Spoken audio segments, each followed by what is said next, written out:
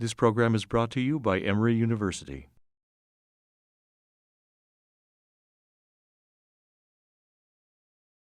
Good morning, everyone. Happy New Year and welcome to Heart and Vascular Grand Rounds. Hope everyone had a nice holiday. It is a real treat for us this morning to start the year off right with Dr. Leslie Cooper, who is a cardiologist and chair of the Mayo Clinic Enterprise Department at Mayo and department chair at Mayo Clinic in Florida. Dr. Cooper's clinical interest and research interest focus on cardiomyopathies, myocarditis, and inflammatory and vascular diseases. He's been focusing on things like giant cell myocarditis, cardiac sarcoidosis, eosinophilic myocarditis. If you look at papers, he's had over 130 papers peer-reviewed and editing books on myocarditis. He was also the founder and former president of the Myocarditis Foundation and continues to serve on their board of directors. In addition to clinical research, Dr. Cooper is a fellow of the ACC, AHA, European Society of Cardiology and Heart Failure, International Society of Heart and Lung Transplantation, and Vascular Medicine and Biology. And he's going to teach us today about myocarditis in 2021. Dr. Cooper. Well, Pooja, thank you so much. And it's really an honor to be with you today virtually. I wish we could be in person, and hopefully in the years to come, this will become, again, a face-to-face event so we can socialize as well. As Pooja mentioned, my interest for 25 or more years has been in myocarditis clinically, and I've had the great honor to work with a number of people in the lab who have been incredibly helpful at working out some of the more mechanistic questions. Today, in the next 45 minutes, we're going to focus on clinical aspects of myocarditis. What I've put together is a select but up-to-date review of management and diagnosis. But some of you may be more interested in mechanisms, and we're going to save time at the end to talk about that. I had to omit a couple of clinical aspects which are very important, sudden death. We're not going to cover, and the management of athletes and return to sport is another important question, which we can talk about at the end. But relevant to this, I have no financial disclosures. The first couple of slides are really on epidemiology. I've worked with the Global Burden of Disease Project for 14 years, and specifically on the myocarditis section, which I chair. And this was one of our publications a few years ago, looking at the rate of death globally from myocarditis and cardiomyopathy together. We'd made a decision early on to combine cardiomyopathy and myocarditis. They were separate work groups. Steve Lipschultz ran the cardiomyopathy group. I was doing myocarditis, and we realized early on that there was no practical way to distinguish those in Africa or a lot of Asia, that we had probably, it was most honest to combine them. So this is one of the slides from those years where we showed over 25 years from 1990 to 2015, a death rate of about 5.5 per 100,000 in men and about 4.5 per 100,000 in women. It was pretty stable over the last 25 years for myocarditis. In this case, extrapolated from ICD-9, ICD-10 codes. The number of deaths increased as the population increased to about 343,000 in 2015.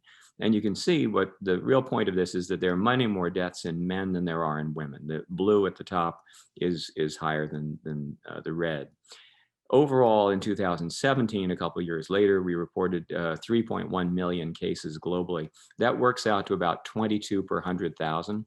And there's a pretty substantial variability between countries. Now, some of the data I'll show next are more recent. This is a paper Greg Roth published in JAMA. From that paper showing the distribution by county across the United States. And you can see that's pretty broad, that the range is lowest, interestingly, up by Seattle, where he works, at about 2 per 100,000, and it goes all the way up to 30 per 100,000 in the Southeast. Louisiana there, Georgia, parts of the panhandle of Florida have the highest rates. And this is overall, the average for the US is 9.4 per 100,000, which is higher than the global average of about 5.5. We don't know the reasons for that. It could be coding, it could be artifactual, but there probably are some lifestyle reasons as well that contribute to cardiomyopathy and myocarditis. Now, this slide is from a paper we published just 4 weeks ago. And this is the most recent data. It is specific to myocarditis in JAMA. This came out in JACC in the December issue.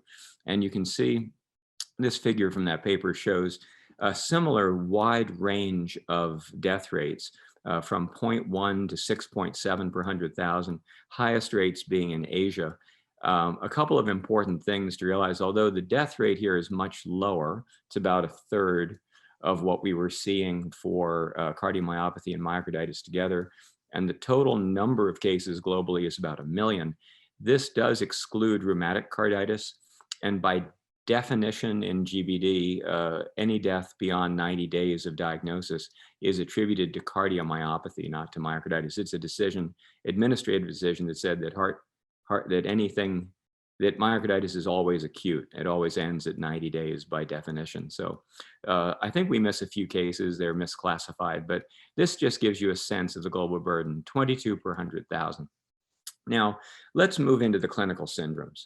The most common presentation of myocarditis is chest pain that either resembles an acute myocardial infarction or myopericarditis, classic pericarditis with elevated troponin, or new regional wall motion abnormalities. We'll focus on that in the beginning. It has a pretty good outcome. We're not going to speak about sudden death, but again, a lot of data in that space we can talk about at the end. We'll spend most of the time talking about the different causes of acute dilated cardiomyopathy. First, lymphocytic myocarditis, and then, or viral myocarditis, and then we'll move in pretty rapidly to the subgroups of giant cell, sarcoid, eosinophilic, checkpoint inhibitor myocarditis, and we'll end with the COVID-19 crisis. I'm only going to touch briefly on chronic cardiomyopathy. It's a very important and controversial area. The role of inflammation in mediating more chronic forms of heart failure is an area of active investigation. It would deserve an entire talk on its own, so we'll touch on that in the questions. I like this study because it's from Italy. It's got mostly young men, 374 patients, published in JACC 3 years ago. This is the classic paper of the young guy who comes to the ER with chest pain, myopericarditis, or ST segment elevation-like presentation with normal ejection fraction. And you can see it at the bottom that after a reasonable follow-up of 4.5 years, they only had 26 major cardiac adverse events, low rate. And what they showed is that typical infralateral myocarditis, up on the top left panel here, this is that epicardial infraposterior lateral pattern of delayed enhancement, not involving the endocardium. Most common pattern you see with myocarditis acutely, has a very low event rate. In red, we're looking at under 1% per year. And that's consistent with Massimo Imazio's data from Turin, other multi-center studies showing that you have a pretty low event rate in typical myopericarditis. What they added here, which is new, is the anteroseptal pattern. And you can see at the top right, there's this other pattern, which isn't as common, but which does have a fairly high rate of either arrhythmic events or heart failure events over the subsequent 8 years. This is a long time follow-up, right? The last event occurred after 6 years from symptom onset. But I think it's a real finding. There are similar reports from Germany that have similar report results. So important for MRI in the acute setting, because it can give you both prognostic information and perhaps some mechanistic information, as we'll see in a bit. So MRI is indicated, I think, in the acute setting. It's useful to confirm the diagnosis, either because it's reassuring in the majority of cases, or because it's it will may give you insights, as we'll see, into whether this could be an inherited syndrome. Now we're going to move into the bulk of this talk, which is really about acute acute cardiomyopathy and myocarditis. And I'm going to start 25 years ago with the myocarditis treatment trial. And for those who may not have been around when this came out, it was a real surprise. Jay Mason and colleagues had worked on this for many years in the 80s, NIH funded, top-notch people, and it was negative. This was a study, randomized trial, where either prednisone with azathioprine or cyclosporin was tested in patients who had less than 2 years of symptoms, average of about 4 weeks. And they showed there was no difference in the rate of LV recovery between control and treatment, and no difference in transplant-free survival after 5 years, 4.5 years average follow-up. And so this was, although there were methodologic issues with this trial, it was still the largest and best trial of the time, and it threw cold water on people's enthusiasm for inflammation as a target for therapeutic intervention. And this is not an isolated finding. The 90s and the 2000s were really filled with a number of trials in cardiomyopathy in general, where people had tested an immune-based hypothesis, and it was negative. Well-known examples include Joe Perillo's New England Journal paper trial looking at prednisone for an inflammatory phenotype of cardiomyopathy, Guillermo Teray's Acclaim trial looking at immunomodulation in the Lancet, and Dennis McNamara's IMAC-1 trial using IVIG. These were not focused specifically on myocarditis, but they involved immunologic hypotheses, and overall they were neutral. There were subgroups that were positive in Acclaim and Joe Perillo's study, but overall it was pretty neutral. So I'm giving you this background because it gives you a framework that really good investigators, including, I didn't mention Doug Mann, Art Feldman, a lot of people had gotten into this space and not produced definitive results in favor of intervention. Now, I believe the tide has changed, and we'll see there are trials ongoing that we hope will be positive, but that's the framework moving into the last 10 to 15 years. So people focused, instead of general cardiomyopathy and general myocarditis, on more specific entities. There was a movement over the last 25 years to identify viruses, led by European investigators, Berlin and elsewhere, focusing on doing viral genome analysis from heart biopsies and using that to guide therapy. And others focused on different histological subtypes, giant cell myocarditis, sarcoid, eosinophilic disease, and then high-risk clinical phenotypes. And this is one good example of fulminant versus non-fulminant disease. Enrico Ammirati, who's in Milan, very interested in myocarditis, has a series of papers. This is one 3 years old now, where he compared people who presented with myocarditis, diagnosed by MRI or biopsy, and divided them into two groups: those who at some point required some sort of circulatory support, could have been an inotrope or a mechanical device, or those people who did not, who were stable. And you can see in this group of stable myocarditis, just like the other Italian study we looked at, there were no events and lots of follow-up, solid methodology. All the bad events, death or transplant, occurred in those people who either initially or progressed into a hemodynamic state of compromise. And there were 35% rate of death or transplant in that group. And most of those events, 28%, occurred in the first couple of months. That's where all the giant cell myocarditis was. That's where the eosinophilic myocarditis was. And so the argument there is that you really don't need to do a biopsy in people who have a 0 event rate, that you can diagnose that safely by MRI and follow those people prospectively. If they do deteriorate, then they've self-identified as being in the high-risk group. If they don't, like the vast majority, then you're good to go with symptomatic therapy. So we summarized in January of last year, just a year ago this month, in this scientific statement, the data on management of fulminant myocarditis in this AHA scientific statement. And it was endorsed by the Myocarditis Foundation and HFSA. And essentially what we said was you need to think about it to make the diagnosis. And then once you make the diagnosis, get people to a place where they can have adequate support, be it mechanical circulatory support or transplant, and then management beyond that pointed mainly to gaps. That the myocarditis treatment trial, which we looked at initially 25 years ago, pretty much excluded fulminant patients by definition. So we don't have any trial data in this population. It's mostly case series and isolated case reports. But you can see the first thing to realize is that if you get an EKG with low voltage, it can be due to myocardial edema. It's not a pericardial effusion or COPD or obesity always. Doesn't mean they have amyloid. It can be reversible, and it can be related to myocarditis. Sometimes you get this with pericarditis, PR segment, depression. Troponin is almost always elevated, although there are a couple of case reports that suggest that isn't always the case, but early on it is.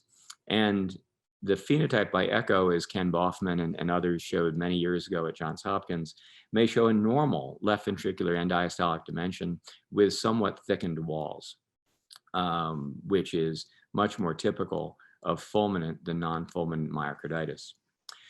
And this scientific statement, a different AHA scientific statement, Beacom Boskert led, in this we summarized what we thought was the best approach to biopsy versus other diagnostic algorithms for acute dilated cardiomyopathy and suspected myocarditis. This algorithm was first published in 2007 in our AHA ESC ACC scientific statement on the role of biopsy, and I think it's still true.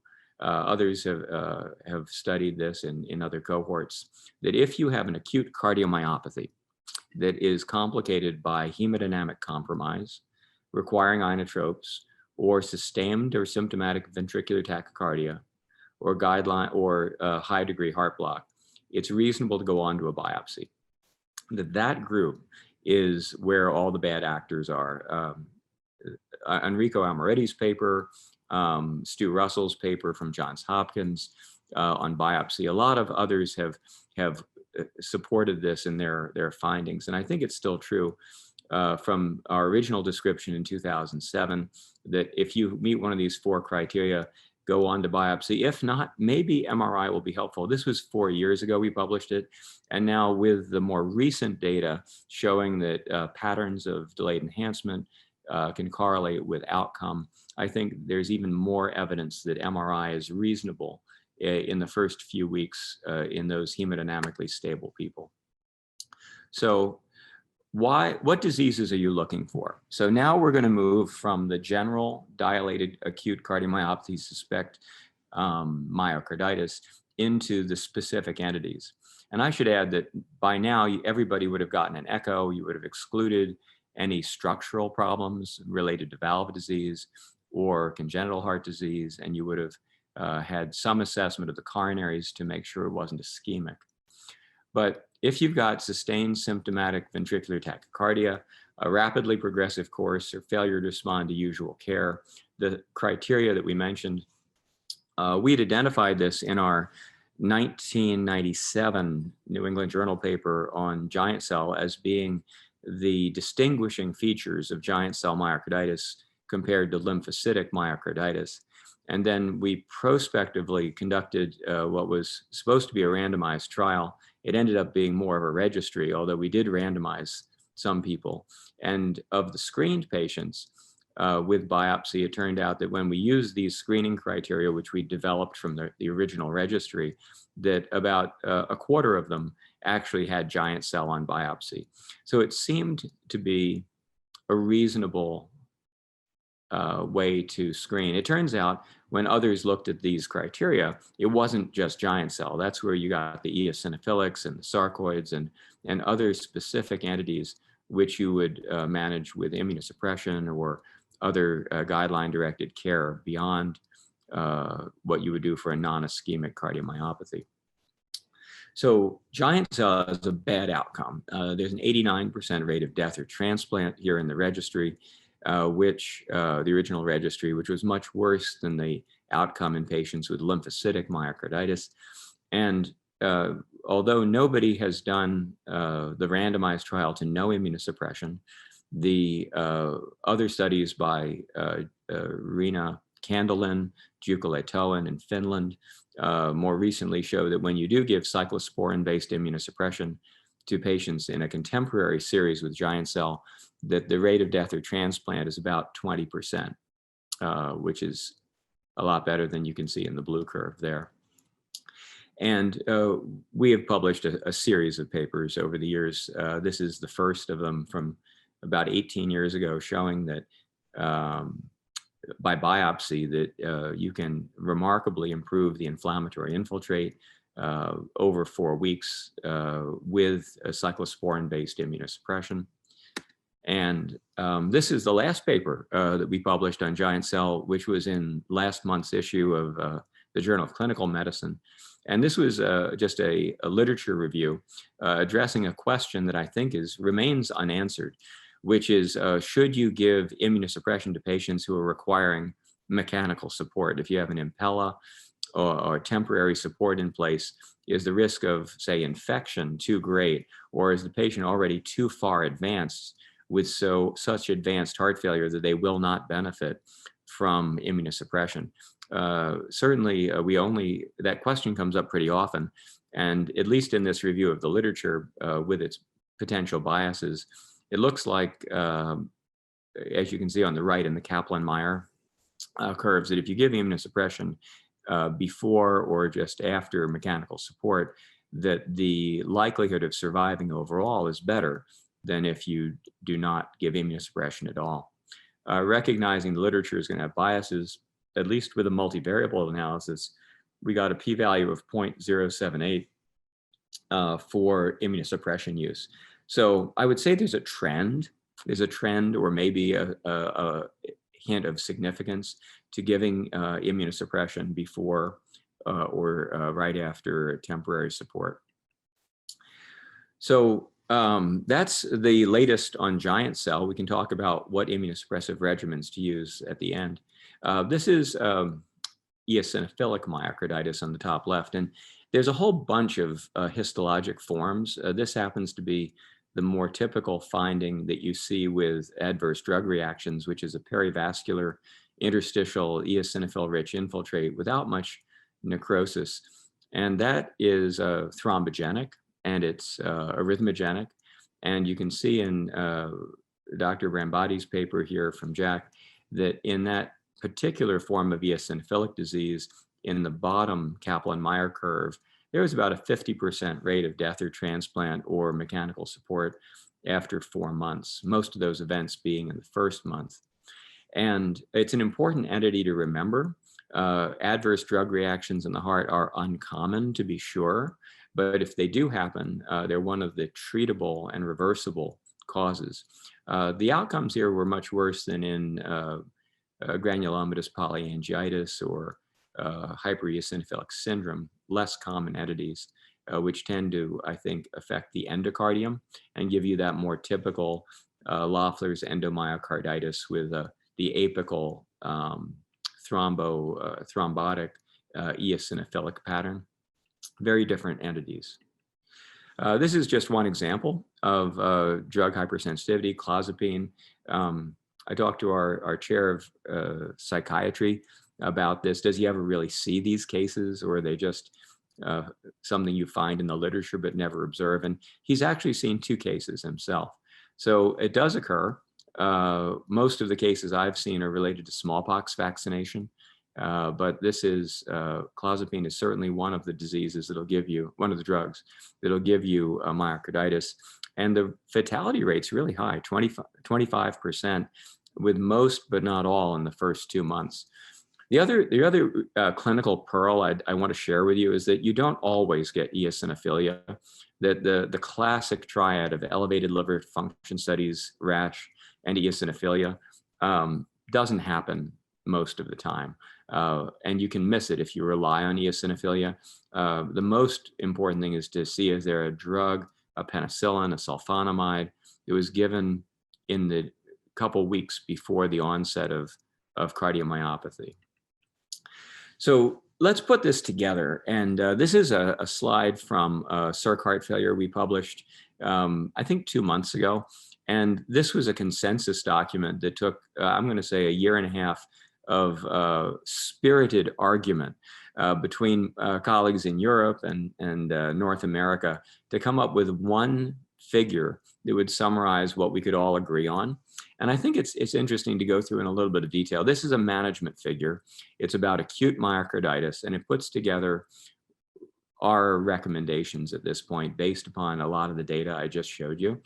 And if you come in at the top here with cardiogenic shock, and you've got really low ejection fraction, and with or without unstable arrhythmias, you should go to a hub, what they call the hub center, or the Emorys or Mayos of the world. Consider temporary mechanical support, and there's a checkbox in the biopsy here. They recommend doing the biopsy in this hemodynamically unstable cohort of acute cardiomyopathy, and then although we don't, people are often unstable and not candidates for cardiac MRI acutely. Sometime in the first few weeks, it seems reasonable. The steroid question is interesting because this word consider was put in because of the lack of data. That in pediatrics, steroids are used pretty often in acute myocarditis. There are other cohorts like the Fulminant group that were not included in a number of the clinical trials that we consider better quality. And so because there's a disagreement, this is like a level of evidence 2B C, expert opinion, consider. The next line on acute heart failure symptoms without cardiogenic shock, but with ventricular arrhythmias, that's the second bullet point of when to do a biopsy. Again, go to a hub center, consider, and biopsy is checked here. And then they also suggested MRI sometime in the first couple of weeks. For the intermediate group, we did not agree on when to do biopsy. So you can see it says consider under biopsy here, because some people would. Some people would say that if you have an EF of 45% and heart failure symptoms, that you could guide management based upon viral genome analysis. And the people on this paper we included all the people who are very into viral genome analysis. And I think it's reasonable. There's a lack of data there. It's not in my current practice, but I think that it's not unreasonable. And then we all agreed that in the low risk, which is the myopericarditis group, that you do not need a biopsy, contraindicated. That we also thought that an MRI should be done. We did not ascribe levels of evidence or class of recommendation. So what are you going to do with the data, right? So if myocarditis is just like any other form of cardiomyopathy, you're going to give heart failure therapy if indicated, arrhythmia therapy if indicated. What's different? Well, there's some data. This is not a trial, but it's a study of colchicine. And you probably all saw the paper on colchicine for ischemic disease, which came out, hit the press as well as the medical literature. And here's a paper that came out a couple of years ago looking at colchicine for myocarditis. And we all know that numerous studies by Massimo Imazio and others showing that colchicine is great for pericarditis of various causes, acute and chronic. But here it looked at myocarditis or myopericarditis and showed a substantial improvement in resolution of the inflammation by MRI. Not sure what happened when they stopped the colchicine. And there's a trial. There actually are a number of trials going on globally, but the one I wanted to emphasize in this part of the talk was the anakinra trial. Anti-IL-1 receptor monoclonal. There are a couple of other similar molecules that are being considered for trials globally. And this is a randomized trial of 120 people out of France. Enrollment is supposed to wrap up summer of 2021. And so it's, we'll see. It's a short therapy up to 14 days. And we should have those results in about a year. So moving on to how to diagnose this, and then we're going to hit sarcoid and the last few specific entities. This is Dallas criteria myocarditis. In some form for 150 years, this has been the way you diagnose myocarditis by pathology. It's still a gold standard, but it's insensitive and it doesn't really correlate with outcome. And because myocarditis is really patchy, there's just a lot of sampling error. So people went on in the 1990s and 2000s to propose about a dozen different immunocytochemistry-based methods for diagnosing myocarditis.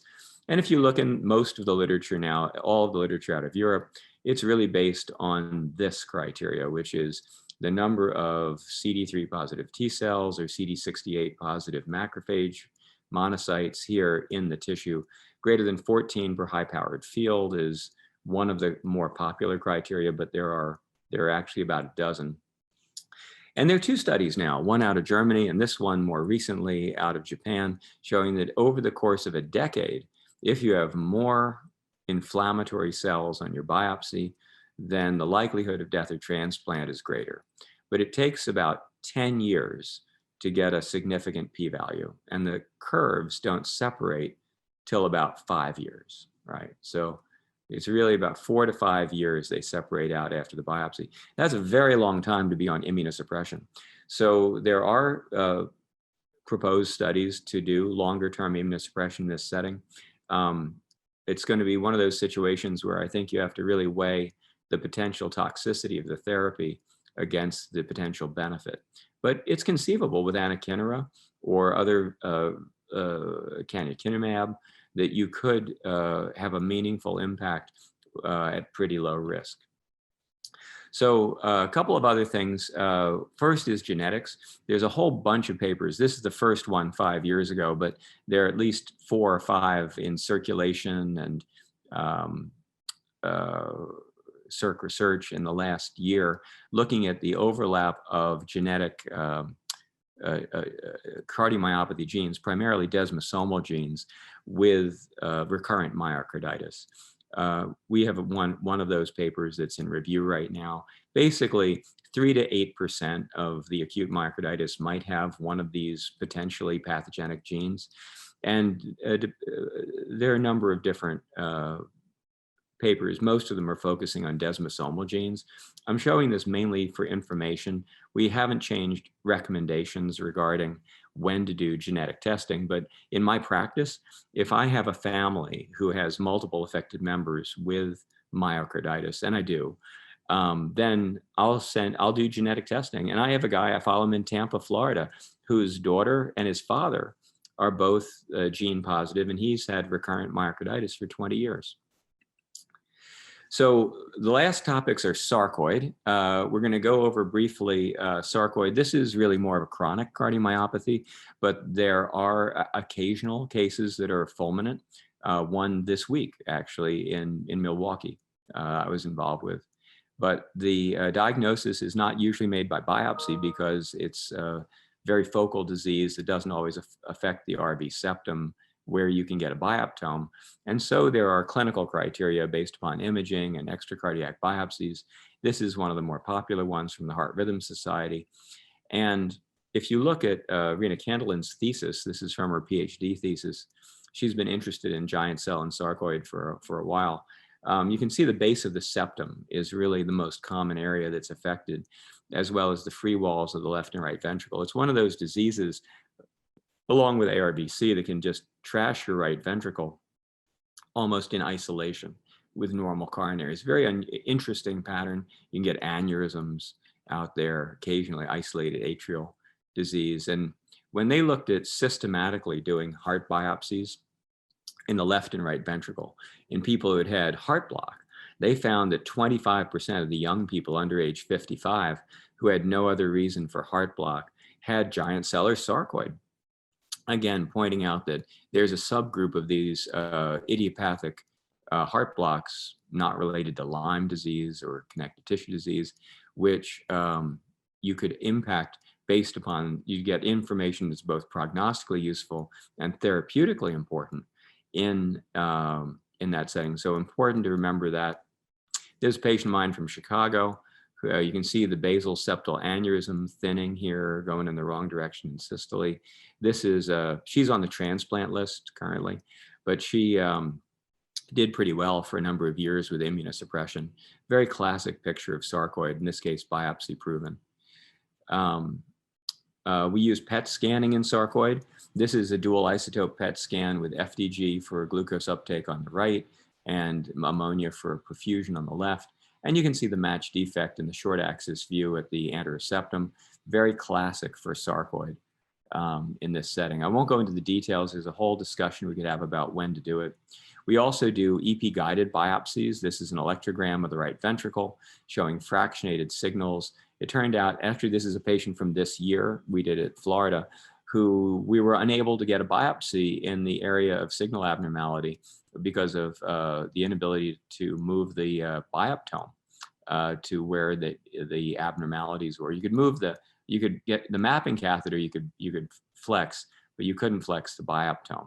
So it does work. We do improve our sensitivity of biopsy, but we can't always get a biopsy for technical reasons. So what are you going to do with the data? There are a number of papers, case series, Nisha Garada at Johns Hopkins, the group at Boston, at Leahy Clinic and others at Stanford have published a number of series showing that whether it's methotrexate or a TNF-alpha inhibitor, you get a fairly substantial drop in your FDG uptake. What we don't know is if this really correlates with clinical outcomes.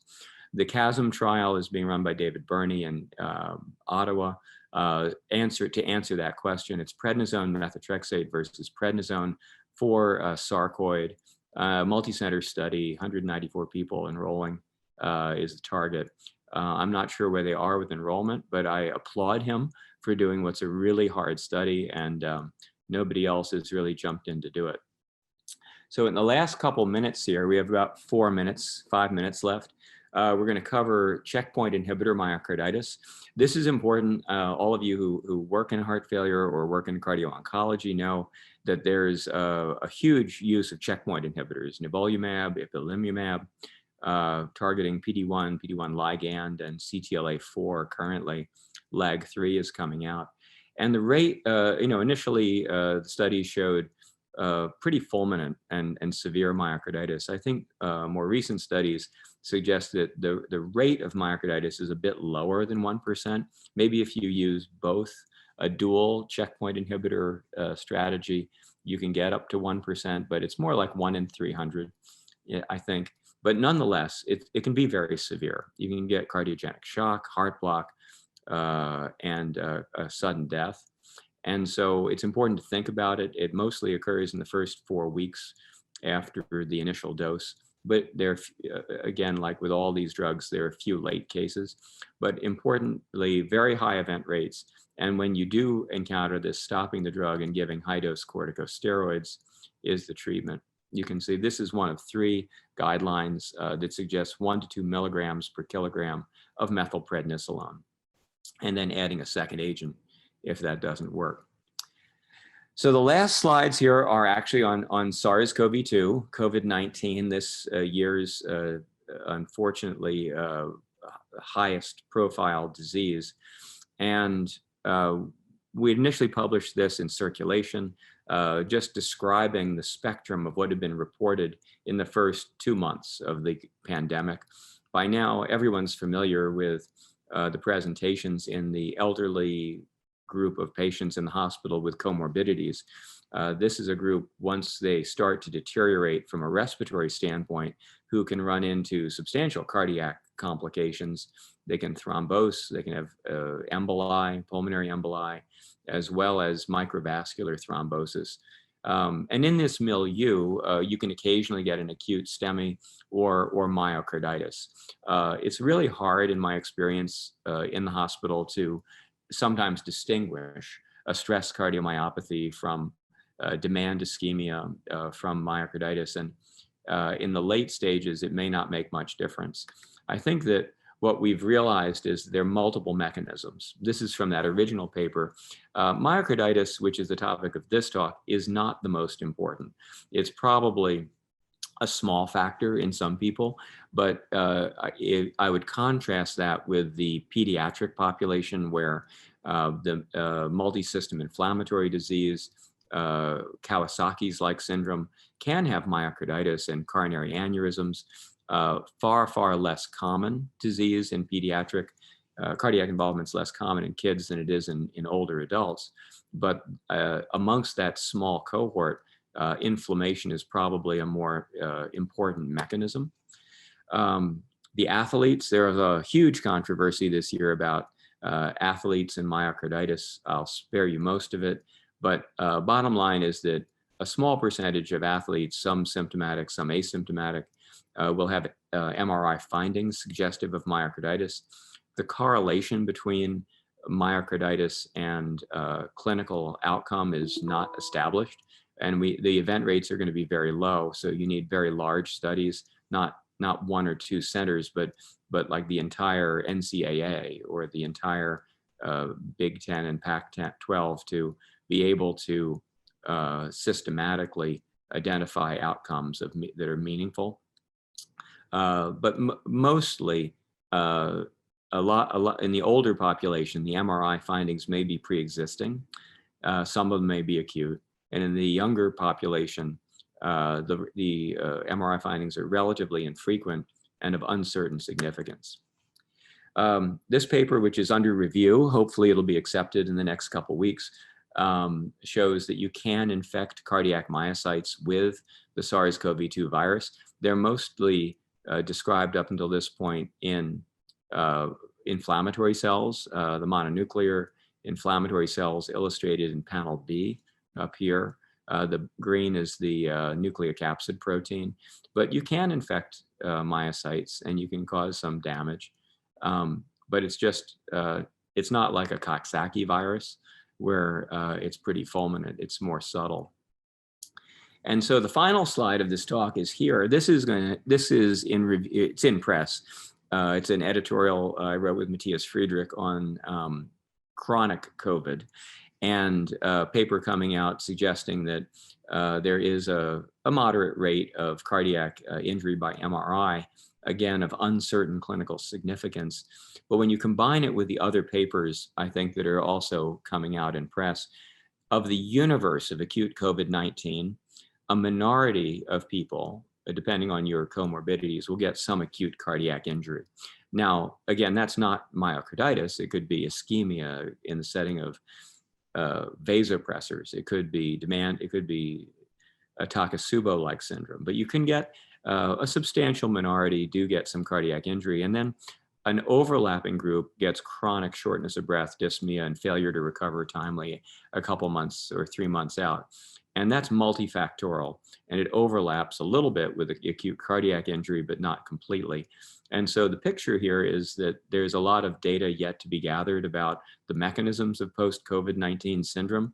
It's real. I mentioned before this conversation that we had a NIH meeting 3 weeks ago focused specifically on that topic. And there's a lot that isn't known yet and a lot of opportunity. So with that, I'd like to thank you for your attention and welcome any questions.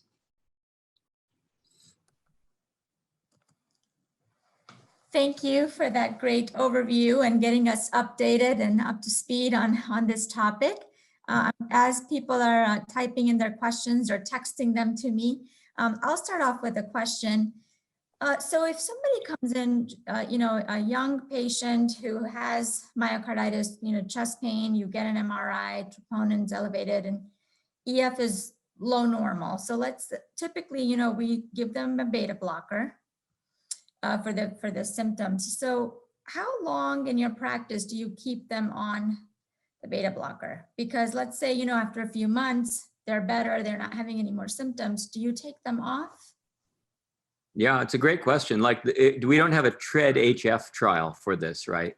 So there isn't a withdrawal trial that maybe we'll get to publish one. But what I do, so it varies by mechanism and severity. So in the case that you describe, where your EF is 50 or 52%, and say your heart rate at baseline's 90 or 80, maybe they're in pain because they have myopericarditis. I think Coreg. I choose Coreg over metoprolol based on animal data, experimental data that carvedilol is a better anti-inflammatory agent than metoprolol. There are no human data for that. It's just mouse data. But so I use Coreg. I start low, 3.125 BID in a typical young person, and then may titrate a little bit, but not to guideline doses. And then, but I'll tell you, the last case I had like this was yesterday. They called me from Rochester, and the heart rate was 50. Exact same story, positive MRI, young guy, chest pain, got him on colchicine, but his heart rate was 50. And their question was, do I start a beta blocker? He didn't have a heart block, but I said, it's a judgment call, right, at 50. So it depends a bit on the clinical scenario. How long, the specific question, when do you stop it? I usually go for at least 3 months, you know. That's my, in the healthiest of the healthy, where but they meet a threshold to start a beta blocker for me. I go at least 3 months. Now, in my peripartums, right, I typically go a year. You know, somebody comes in with EF of 40, peripartum really good, they recover in 4 weeks, their EF's normal. I typically go 1 year and then I wean off. But we don't have a TREAD-HF trial for this. Yes. We have a question from Dr. Smith. When to anticoagulate?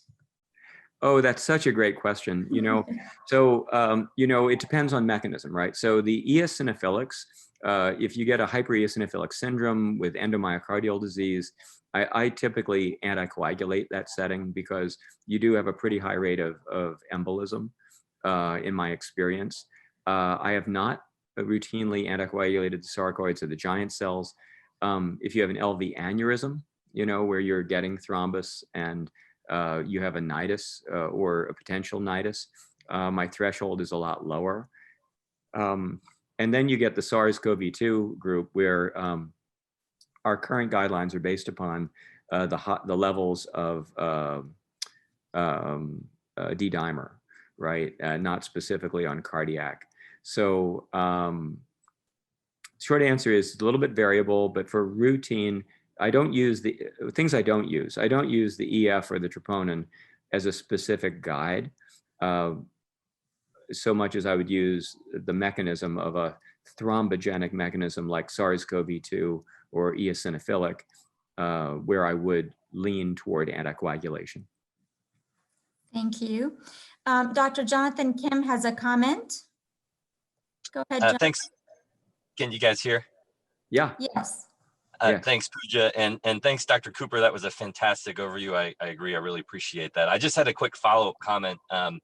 You made just a quick note as it relates to that one MRI study for athletes. And it's important just for everyone's reference who you know, aren't necessarily taking care of athletes every day, that was a screening-based study. And you made the, I think, very spot on point that we have to be careful in these small single center case series data. There are other small series which really show almost contrary findings to that Ohio State study. It's pretty, you're also correct in this, that we do have ongoing registry data throughout the whole NCAA. It's not sponsored by the NCAA, but numerous schools are part across the country in multiple conferences. We also have professional registry data, which I can't really comment on right now because it's obviously not published, although I am aware of the data. But I think it's really most important that we really focus specifically on athletes who have symptoms, and we have to be very careful about the interpretation of CRMR data in athletes because we don't have baseline normative data, and athletes can have findings that are very specific to that population. So that Ohio State data generated a lot of controversy, but I think there are some clear we should take some or have some clear caution as it relates to the interpretation of that data set. Absolutely, and I, of course, in the interest of time, the question of the use of MRI for the assessment and prognosis in SARS-CoV-2 is a whole talk in and of itself. There's a paper coming out in Circ. I think it's a research letter from Vanderbilt showing a lower rate of MRI as control groups, MRI-based abnormalities. You have to remember that the RV insertion sites can have some delayed enhancement in the controls. I think the Penn State data is going to be coming out. Again, low rates of MRI-based myocarditis. But the question really is, what's the clinical significance? And if you think the background rate of sudden death in this group is going to be way under 1 in 1,000, right? Maybe 1 in 100,000 or 1 in 50,000. What would, if you go back to competitive sports in the setting of acute inflammation, what would that increase to? 1 in 10,000, 1 in 5,000, I don't know.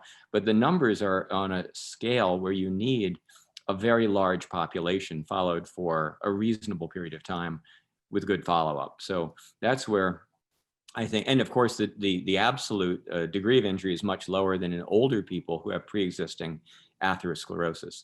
There's a paper in this month's Mayo Clinic proceedings looking at coronavirus in 2016 and 17 in the US, and there's a 56% rate of pre-existing cardiovascular disease in that coronavirus population. And that's not SARS-CoV-2, of course, that's coronavirus in general, but that's the older hospitalized group. The baseline abnormalities, which are not, since nobody gets a baseline MRI, it's their follow-up MRIs in that group, the follow-up could include a substantial amount of pre-existing disease. We don't know. No. Thank you. Our next question is, what is a reasonable retraining timeframe interval for convalescing otherwise healthy athletes or post-COVID? Well, so again, I would be quoting other people. There's a paper out of, I think, from ACC. There's certainly a joint paper from the high school athlete group that came out in July, suggesting that the threshold for return to sport is based upon severity of presentation and illness. So in general, in the asymptomatic group that has no reason to consider cardiac involvement, there is no recommendation for troponin and 10 to 14 days for return to sport after a positive SARS-CoV-2 genome.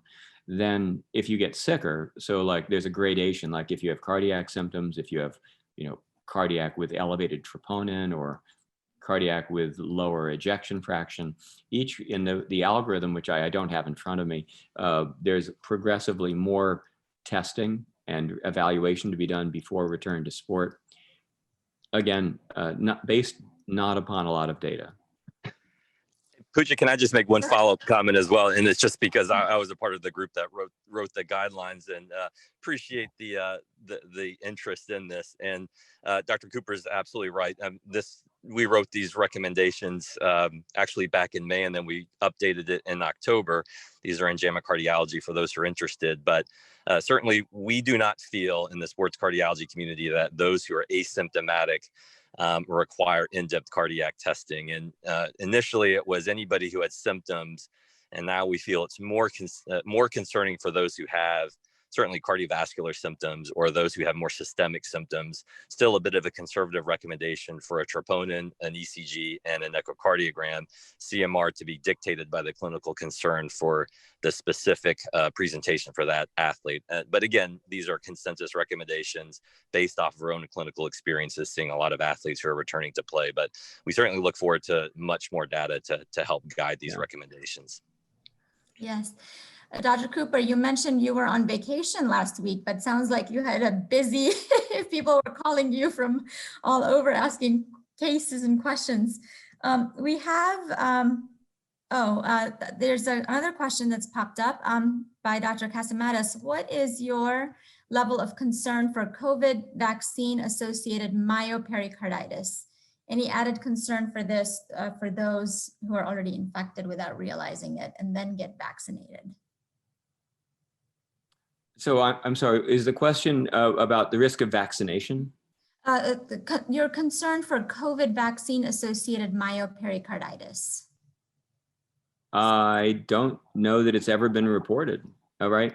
So vaccine-related myopericarditis is something that you see pretty much in smallpox vaccination, right? The ACAM 2000 and the YS Dryvax have about a 1 in 2,500 rate of clinical chest pain or myopericarditis like syndrome, either or myocarditis or pericarditis. But I don't know that has ever been reported for, and I might be, it could have been in the last couple of weeks. I missed it. I've not heard of any cases of myopericarditis related to the COVID-19 vaccine, either the Pfizer or the Moderna vaccine. Well, if Dr. Michael Burke, who's on the CCU right now, has a case for you, if it's okay with you, go ahead, Mike. Thanks. Thank you for a fantastic talk. So I'll try to keep this brief given the time frame here, but we have this is more a what am I dealing with here? So we have a 21-year-old male who came to us with fulminant myocarditis. Now, he had COVID back in September with mild symptoms, was doing totally fine until about a week and a half before presentation when he developed what was diagnosed as initially otitis externa, then otitis media, then possible facial cellulitis. Then he developed abdominal pain and had on initial imaging a calculus cholecystitis with elevated bilirubin. And had a cholecystostomy drain placed. Thankfully, someone quickly also realized he was in cardiogenic shock and transferred him to Emory, where he actually came to the cardiac surgery service, and they put in an Impella, which seems to have stabilized him a bit right now. We got a biopsy over the weekend, and the biopsy is most consistent per the pathologist with lymphocytic myocarditis. We've gone back and looked at some of the records before he got here. He was given amoxicillin for 5 or 6 days prior for the possible otitis media, but he had no eosinophils on his initial presenting labs. He got the biopsy, of course, after about 2 or 3 days of high-dose steroids. So there's no eosinophils at all in the biopsy, and there were some patchy areas of myocardial necrosis. So is this lymphocytic myocarditis? Is this MISC in a young adult? Is this eosinophilic necrotizing myocarditis that's already resolving? I'm struggling to figure out what I have on my hands here. Yeah, it's tough because, the first things to melt away are the EOs after steroids. So it's hard to, again, I'm not sure if 2 days is enough time, but certainly a week is to get rid of the EOs. So I have to say it's the amoxicillin anyway is a very unlikely cause. Mark Drasner and from UT Southwestern and Nick Hendreden had a nice paper in Circ a couple months ago about MISC in the young adult. And I just direct you that way. If this is, we're a couple months out, I'm sorry, is it 1 or 2 months out from the original illness? It's a little over 3 at this point. Okay. It's a little atypical for MISC. Yeah, so it's too far out. Yeah, that's a good question. I don't, the specific question of how long out from the initial injury would you get that autoimmune MISC thing? 3 months sounds like a while to me. It sounds like it's far enough that you'd consider just other pathogens, just routine viral illness, Coxsackie virus, for example. But I don't know what the outer boundary is of the MISC presentation offhand. Mark Drasner would probably have looked that up, but that would be on my list, as well as just a de novo, coincidental background, community-based viral myocarditis. Clearly, you thought about other things in a 21-year-old, like autoimmune diseases, which would have been obvious, usually based on clinical evaluation and serology. Yeah, we have not identified any autoimmune etiologies. We took a look at that as well. Yeah. He does have this I think if you don't have Well, first off, it's long enough after presentation you would have seen giant cells.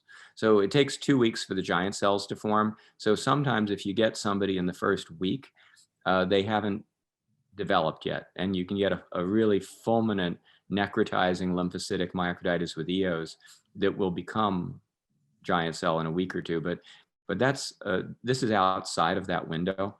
So I don't think that's an issue. I don't think you're missing something that requires well, let me just say, like I pointed out in the data, that we don't have trials of fulminant patients with immunosuppression. So nobody would really criticize you, and that our paper from circ heart failure would support using good judgment about prednisone as you're doing. There's data in both directions for that. So. And he's closer to the pediatric age group at 21, where it's pretty much more common. So I don't think from an etiology standpoint, I think you're thinking along the right lines. If you wanted to send the block for genome analysis, you could send it to Cardiotropic Labs in Miami, and they could run the block. They could run genome analysis for you for viruses. Okay, thanks. If you want, again, I'm not sure it would change management, but it could give you a cause. Yeah. Okay, great. Thank you so much. Sure. The preceding program is copyrighted by Emory University.